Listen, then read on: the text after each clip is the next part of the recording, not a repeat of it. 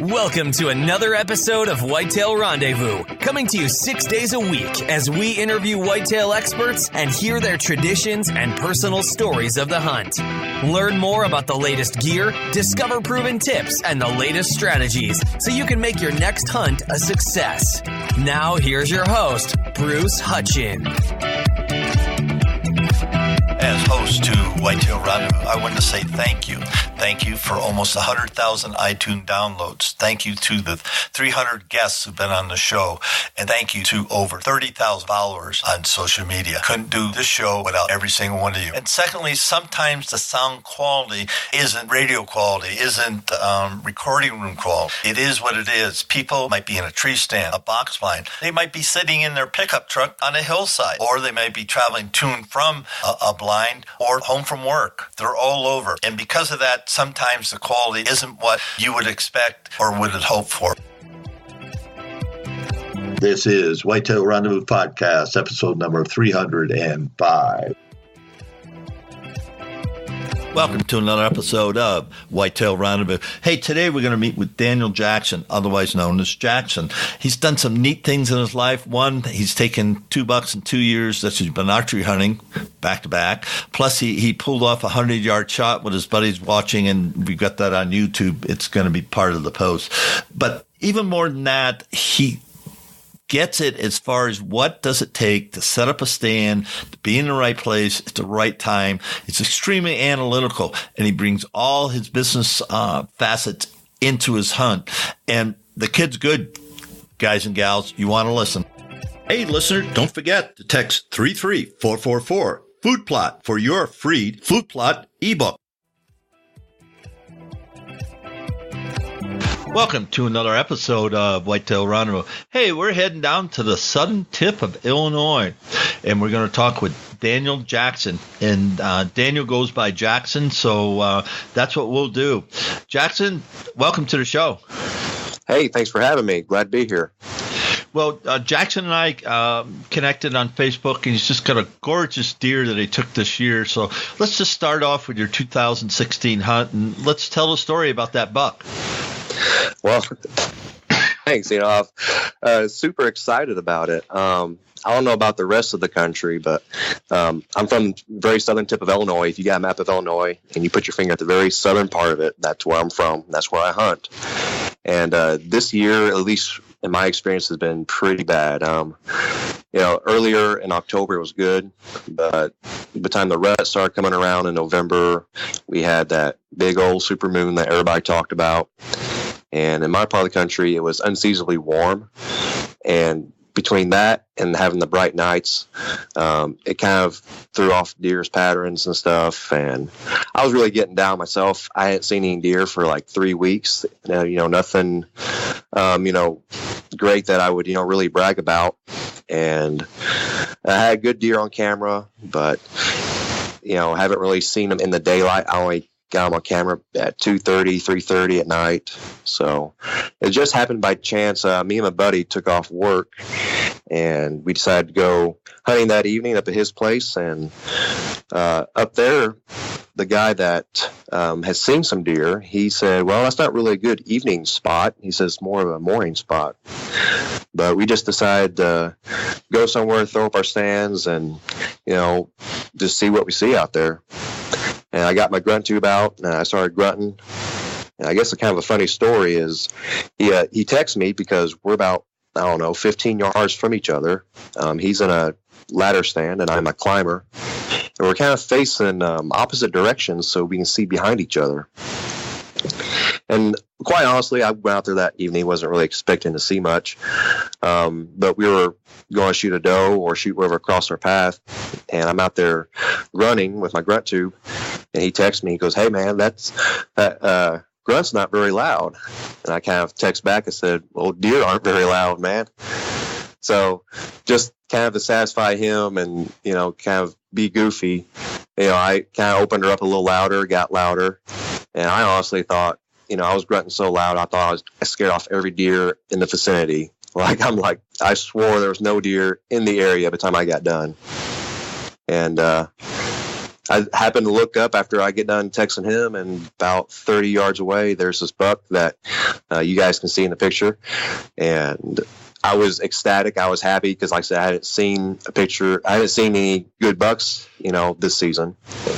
And he was 30 yards out, and I got a little overly excited. I have a video on Facebook on a page after I get done shooting them where I'm just like freaking out because this is only my second year hunting, and I thought he was a really good 6-point, 5.5-year-old mature buck.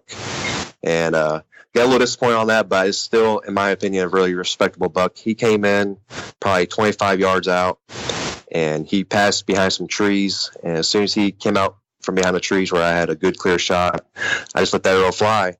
And he ran maybe 20 yards and dropped. So he was still within sight of my stand when he dropped. And, I knew as soon as I let it go, I knew as soon as it hit, it was just an excellent shot. It was a good shot placement.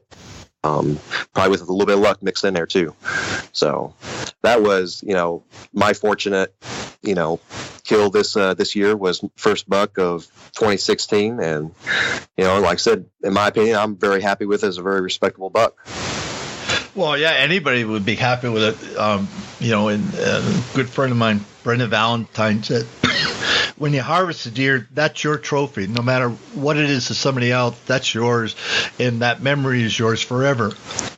Exactly. And, to shoot a deer like that for your first deer, I believe it's your first deer. That's my first deer for this season, and it's my second buck ever. So you've been hunting 2 years, and you shot 2 bucks. How does that happen? Well, I wanted to hunt as a kid, and I didn't quite have the same opportunities as everybody else. My parents, we weren't poor, but we didn't have any extra money for them to buy me bows and guns and four-wheelers and things like that. And neither one of my parents hunted, so I didn't quite have the same opportunities as some other kids I went to school with and everything. But I always wanted to. I always thought it would be cool, it was something that, you want to participate in when you're growing up. And later, I just happened to receive a very small amount of inheritance money from my dad passing that I wasn't expecting. Paid off some credit cards. I actually paid off all my credit cards with it because I knew that's what he would wanted. And I had a little bit left over. I decided, you know what, I'm going to buy a bow. So I ended up going into my local shop, and I know nothing about bows at this point, like nothing at all. But I trust this guy because it's where, I've bought a lot of guns and ammunition before and developed a relationship with the salesman there. So I just flat up asked him, I said, what in your opinion is the best bow on the market? And he pointed me to the brand that I use now, which is a Hoyt. And I bought that bow. It was a 2014 Hoyt Carbon Spider. And I actually bought it in 14. I didn't use it until 15 because I was going slowly by, climbers and ladder stands and all that. But in 2015, my friends got together and they all decided we all want to go deer hunting. We're going to go ahead and do it. So in 15, went ahead and made, just jumped in all 4 feet and did it. And that year was the first year I shot my first buck. And that one was probably, I'll attribute it to beginner's luck. I'm not going to say there was any skill involved. But I was sitting in a stand that they call Major League because they didn't really like it. It was stand on a tree line between 2 fields, and you have no cover in this stand. You have a little bit of cover to your left and right because of the trees, but you have no cover in front of you. So you're just out in the open. So that's why they called it Major League. And so I decided, Major League, and went up there and sat, and it was probably between 8:30 and 9 o'clock is when I shot that buck. And it was raining, it was drizzling a little bit, and I'm out there getting wet.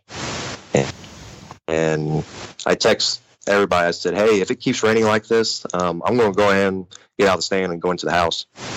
And as soon as I sent that text, I put my phone back, I moved my phone down and put it back into my little kangaroo pouch.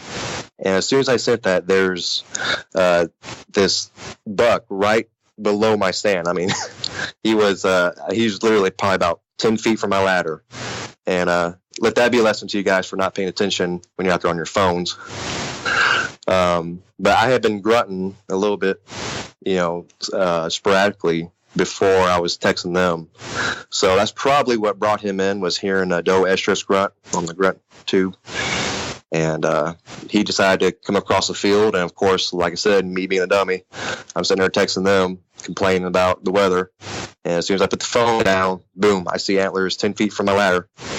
And I got to go ahead and grab my bow and slowly stand up and pull back.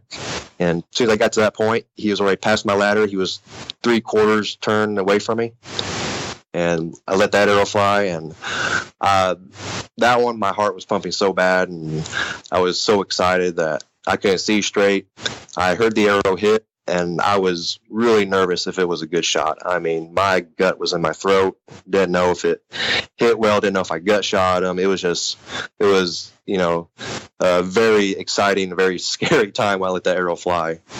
But he ran, and I saw him drop in the distance. He was, I'll probably say 100 yards, and I saw him go down. And I was so excited because if you look at my text messages between me and my friends, from the time I sent the message, hey, if it's still raining, I'm going to go in, 3 minutes later, I'm texting them saying there's a buck down that I just shot. So I was really stupid happy on that one. Got up there. He was a good 10-pointer. He had 2 broken tines, which actually made him an 8, so he would have been a 10. And I couldn't wish for a better, experience, other than maybe me paying more attention. Other than that. Oh, that's a great. I'm just sitting here now. Let's dissect that, because there's a lot of people that have been hunting more than 2 years that haven't shot the first buck yet. That's just the way it is. Mm-hmm. If you throw us all in the can, I remember it took me. I killed a doe the first year, but my first buck wasn't till the next fall, so it took me 2 years, and he walked right underneath my stand. I could have dropped on him and got him that way, and he just stopped at a corner post, and I had some scent out, and that's why he came in. Yeah. And he just stood there, and the rest, as they say, is history. But be that as it may, you're doing something right, and you said you're grunting. Now, how did you learn how to grunt? Well, I bought just a regular grunt tube. I think it was a Primos, actually. It had an extendable ribbed tube, and you could take the top off and adjust the reed inside for your different tones, from fawn all the way to doe to buck. And I forgot what it was. I was watching something, probably an ad or YouTube or something, and they were talking about the extinguisher grunt tube by Illusion Systems. And when I watched the video, they were explaining kind of the philosophy behind the design and how it worked. And when they explained it, it sold me on it, because it convinced me. And I went ahead and bought it. And as soon as I started using it, I could tell that there was a difference between the grunt tube that I bought in the store, which there wasn't anything. I mean, there's nothing wrong with it, but I believe the quality in the extinguisher is better. I think it has a better sound. And so far, I've had, I'll definitely attribute it to both successes, because I've been grunting both times that I've seen these bucks come in. But watching their videos on their DVD, they have some really good explanations. They really get into kind of deer psychology, into, grunting and what different communications deer use for grunts. Other than that, I wouldn't have known. I've been out there probably acting fool with it. But I've had success with the same grunt tube grunting in does, using like a fawn in distress. And I've had does come in and check the area out. They weren't big enough that I wanted to shoot and really, put in the freezer. But I figured that if I'm able to have success with does coming in and not scaring them off, then I must be doing something halfway right. So that's the grunt tube I use. And I liked it so much that I actually bought a second one this year, because I have a coat that I hunt with. And I had a bad habit of leaving it in one, and then the next morning taking the other, my out and not having it in there and being stuck out in the woods with it. So between learning from people that I thought were reputable and respectable, and using, good equipment, I believe is what, helped bring those bucks in.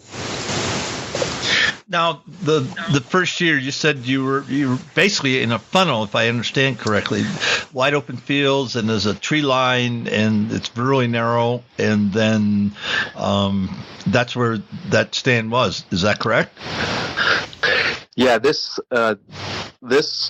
tree line was just splitting two fields, and my ladder stand that I was sitting in was facing one of the fields. It was just facing wide open. It probably had tall Johnson grass in it, and the owners had cut a path through it. So if you can imagine me sitting on a tree facing the wide open field at like a 90-degree angle, I have a path directly in front of me that's cut probably 5 foot wide out of the Johnson grass. And then from left to right, I have a straight path cut from me. This buck, he didn't come through any of those three paths. I heard it said by a friend. He was quoting something he read or heard. He said that bucks will tend to take the hardest path. They won't always take the path that the does travel. And once again, I kind of have to take him at his word. I haven't researched a bunch of this or had enough hunting experience, to confirm that. But the way he came was literally out of the thick part, the uncut part of the field. Huh. So he could have been bedded out there, and you heard your grunts and said, "What's going on over there?" Yeah, exactly. And the Johnson grass was so tall that, he could have been standing up, and unless I saw movement, I wouldn't have known he was there. That's how tall it was. And so what did your buddies say when you said, buck down, buck down? They started, asking questions. How big? How far was he? Have you already retrieved him? Have you walked out there?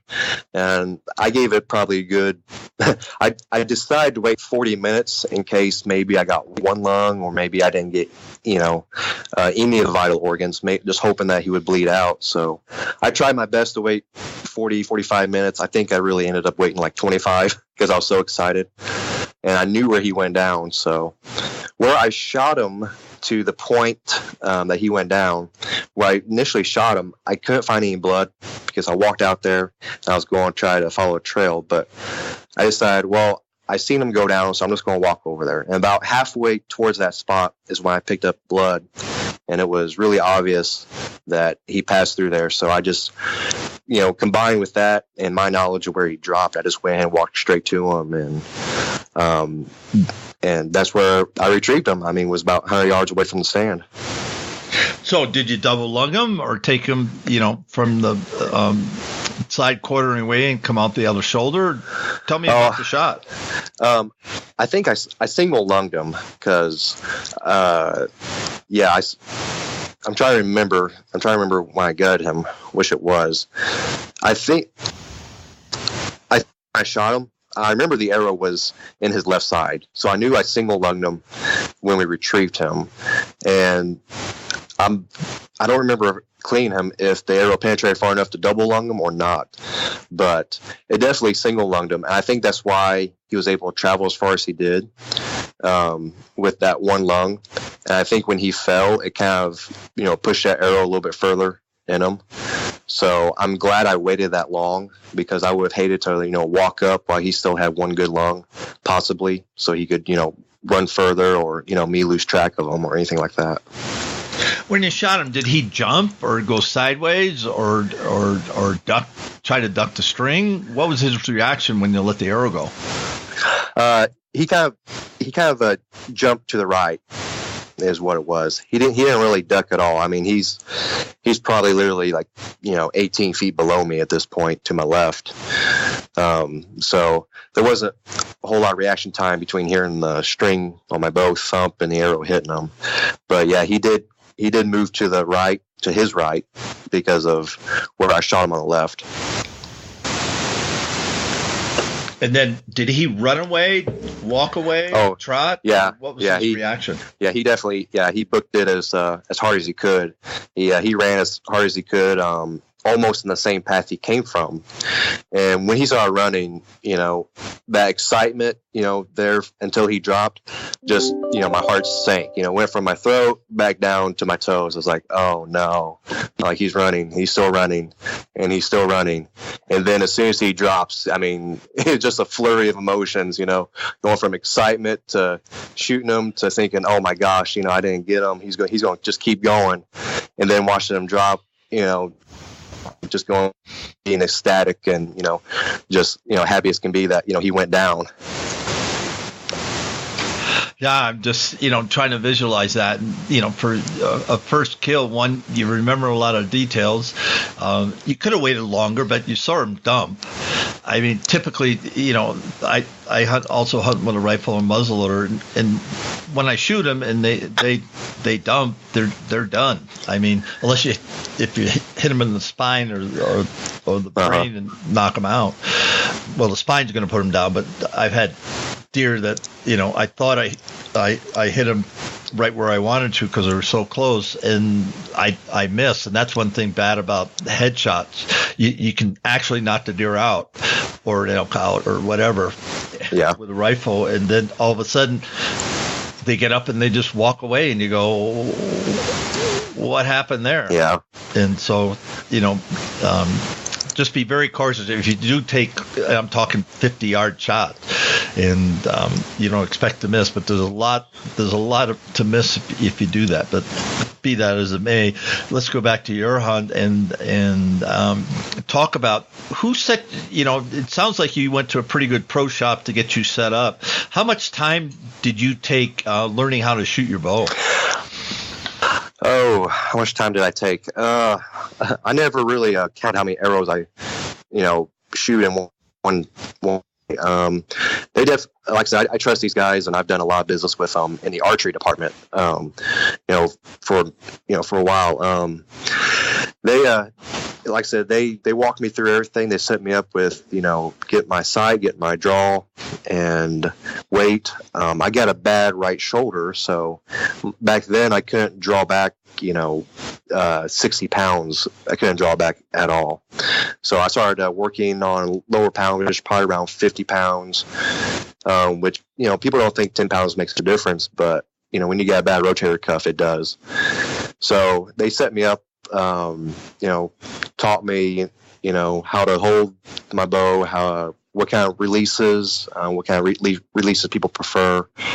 And I started throwing arrows there in the shop after I got, set up. They papered it. I got my 20-yard pin set up and went home and started practicing between 20 and 40 yards is why I started practicing at. So after that, it was just a matter of going home and, shooting. And then I got on YouTube and started watching videos of people that I respect and admire. One of the names that I hear gets made fun of in the hunting community is Cameron Haynes. He's a representative of pro staff for Hoyt, but the guy makes some crazy long shots in his videos. He makes 100-yard shots and longer, and he has just a super tight group with 3 arrows at 100 yards. So I started watching him and just listening to what he had to say, and some of the tips that I picked up from listening to him was like, if he says if he intends to shoot game at 30 yards, he'll practice at 60, which kind of falls into that saying of, aim small, miss small, which, I definitely believe in. The smaller you aim for, the less margin of error for miss you're going to have. So since I started, after that first season, I started putting in more time practicing. I got a new bow this year. It's a 2016 Hoyt Carbon Defiant Turbo. And this year I actually made a 100-yard shot with it, actually several target shots with it. So Wait a minute. I read that in your bio, and I'm, thanks for the segue. Yeah. So Cameron Hayes, is an exceptional hunter, athlete. He's he created a brand, for himself just because of his exploits and his dedication to the sport. Unbelievable guy. And when you shoot 100 yards, even a rifle, I hunt with a crossbow, that's a long shot just to hit a target. Yeah, it is. Let's talk about that 100-yard shot and what bow you did it in and used to do it, and let's talk about that and why you thought that was important too. It's impressive, Jackson. Don't get me wrong, but why was that important to you to do that? Well, we were at deer camp, and it was back in the second week of November.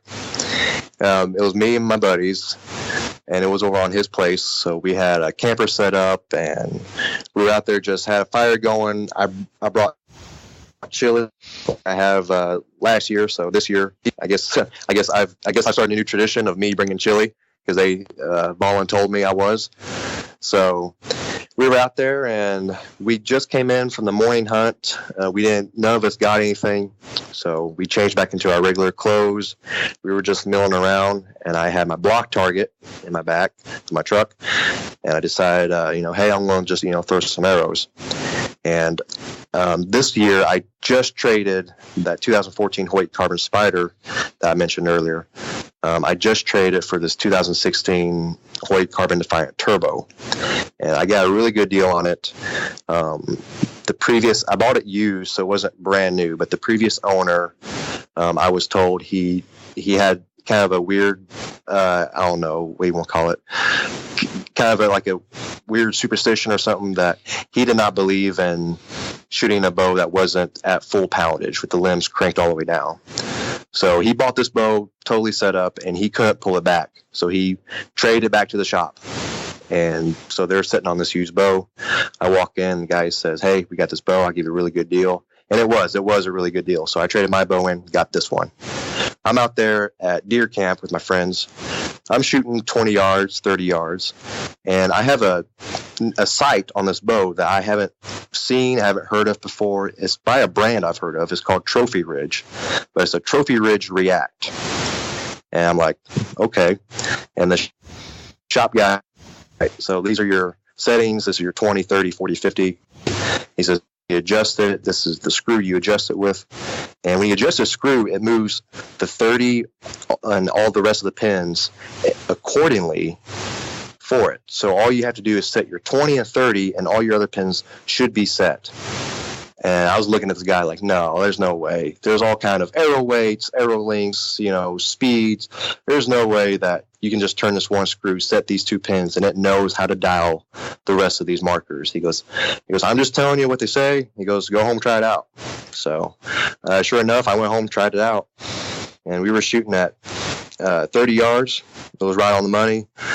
Moved the target out to 40. It was right on the money. Moved the target out to 50. It was right on the money. I was letting my friends shoot it. They're checking out the new bow. They're oohing and ahhing. And I told my buddy, I was like, you want to try for a 70-yard shot? He goes, do you have a 100-yard pin on that? I was like, yeah, I do. He goes, screw it. Move that to 100 yards. I was like, oh, gosh, I'm going to lose an arrow. So we moved this block target. We get my rangefinder out. They're ranging me. I'm walking out there to 100 yards. They go, all right, that's it. And I set the block target down, walk back in. My buddy's out there. He pulls it back. He sets it on 100 yards, and he lets the arrow go. And this little small block target, I'm sure everybody has one or seen one. They get really small out there at 100 yards. And he lets the arrow go, and you got to go figure, 300 feet per second, 100 yards away. It takes a full second to get there. He lets the arrow go. It actually hits the dirt in front of the target and kind of bounces up and hits the corner of it. But we see it hit. We're like, well, yeah, you kind of got it there. So me, it's my bow, so now I kind of feel obligated to take a 100-yard shot with it. And I take it. I hand my buddy my phone. It's like, hey, record this. And I actually have a video on YouTube. I'll have to call it. I'll change the name as soon as I get off here. Daniel Jackson's 100-yard shot. And you guys can go check it out. But he turns my phone on record. He starts filming. And he shows the block target all the way out there. I went ahead and pulled back and put the pin just a little bit higher than I knew where the other guy was aiming, because it hit just a little bit low. So I kind of Kentucky windaged it, moved it just a smidgen. And once again, I'll attribute this to luck. As soon as I let that arrow go, it flew, it arced in the air, came down, and it hit surprisingly close to the center of the target. It was probably 2 inches off of the actual bullseye of the target. So, there's so much I can go on with a 100-yard shot. Wind, just, you could have a little bit of, something off in your arrow, and you can go watch the video. Some people don't believe the video. People at my workplace, they don't believe it. But after I went to work and told the guys about it, they're like, we don't believe you or your buddies, or you're going to have to do it. So I went back home a few weeks later, got my targets back out, set them up at 100 yards, and started throwing more arrows at 100 yards away. And, I can put them in that block target, and I can normally get 1 out of the 3 inside the center target in the center of the block, depending on how bad the wind is. That day, the wind was real gentle, but it was still blowing my arrows that far away. But, yeah, if you give me a good calm day and 100 yards, I'll be willing to throw some arrows downrange. Some people were asking me, some friends that saw the video, they said, hey, how, what do we got to do to shoot 100 yards? Like, how do you do that? I can't even see the target really well. And I told them, just having, knowing what your bow's capabilities are and having faith in your capability and confidence in your shot is really what, things that, I just put into the bow myself. I know my bow's capable of it. Now it's just faith in my shot and confidence in myself to be able to let that arrow go. And definitely it helps with your follow through. What kind of release do you use? I use a regular wrist release with a finger release. So you shooting fingers? Yeah. Not a mechanical release? Yeah, it's a mechanical. It's a wrist strap. Oh, okay. Yeah. Okay. Because when I was shooting, I shot fingers on my compound. Everybody thought it was crazy, but yeah, it worked for me. But I never shot 100 yards on my crossbow. Yeah. And off a bench, it's kind of easy. It's not hard once you have it dialed in. Mm-hmm. And one thing I was going to say, and Cameron Hayes, I'll just echo on what he said. I had a good buddy. I was getting ready for a hunt this August, and he said, Bruce, how far are you going to shoot? I said, my max distance is going to be 60 yards. He says, okay, so your first shot, every time you go out, is at 60 yards. He says you got to train yourself, and then when you're all set up, the last shot you take, it's one and done. And just set yourself up. Say I got one shot, and you want to put it in the center ring, and that helped me immeasurably. I'm just trading tips here, but that helped me immeasurably because I set it up, boom. Pulled the trigger, on the crossbow, and as soon as I pulled the trigger, there wasn't any doubt where that arrow was going to go. It was there. And so that gives you so much confidence. And folks, if you're not as confident as Jackson was making that shot, he knew he'd make that shot. But a compound, I never shot that far, so I never challenged myself. But with everything that we have today with carbon fiber arrows and just the way the bows are set up, you can do it, but you only should do it to test yourself. And I don't know, I know guys that can hunt at 100 yards. I never would do that. That's an ethical decision you have to make. Exactly. But, like Jackson, Jackson, if he saw a buck out there 100 yards, he's standing there broadside, the wind's down, he's relaxed, he's not all, juiced up, because it is going to take a second or a little bit more to get there. And that's a lot of time, folks. Yeah. So, that's impressive. And just listen to you on the show today, for just starting it into the game, 2 years, man. You're highly analytical and you really break things down, but you go out and get the answers and you listen to smart people. Well done. Thank you. Yeah, I'm definitely, with me shooting more at 100 yards, I mean, I'm a lot more confident at a 50-yard shot. I mean, before I would have been real sketchy at a 40-yard shot, but that's when I was practicing at, 20 to 40 yards. But, when you push yourself to something you don't think you can go to and you get confident in that, just everything within that range just, is like, piece of cake at that moment. So I want you to share in the warm-up. You have a website, motivational in setting goals. Obviously, you're a heat-seeking missile, as far as I'm concerned, as far as goals are. So, one, how do people get in touch with you? Two, give us the information about your motivational page. My motivational page is called djacksonmedia.com, and it's actually going to be like it's a blog page where I'm going to share like exactly that, how to set goals, how to be intentional with your life and not waste it away, just how to be successful. And when a lot of people hear that word successful, they think money. The first, a lot of the times people think a business suit and think like a white collar desk job, but that's not how I measure success. It's not with money. I measure success by how intentional we are with our lives.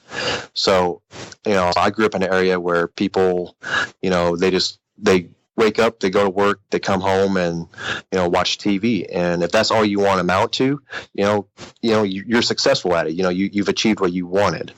But I hear other people all the time say, I want to travel, or I want a better job, or I want a college degree, or I want this, I want that. And I tell them, I was like, do it, prove it, show me you really want it, go out and do it. And, and people are like, what, they talk about all the things they want, but they never set goals. So essentially what they have that moment is a dream, because they never make actions, they never take steps onto how to achieve what they want.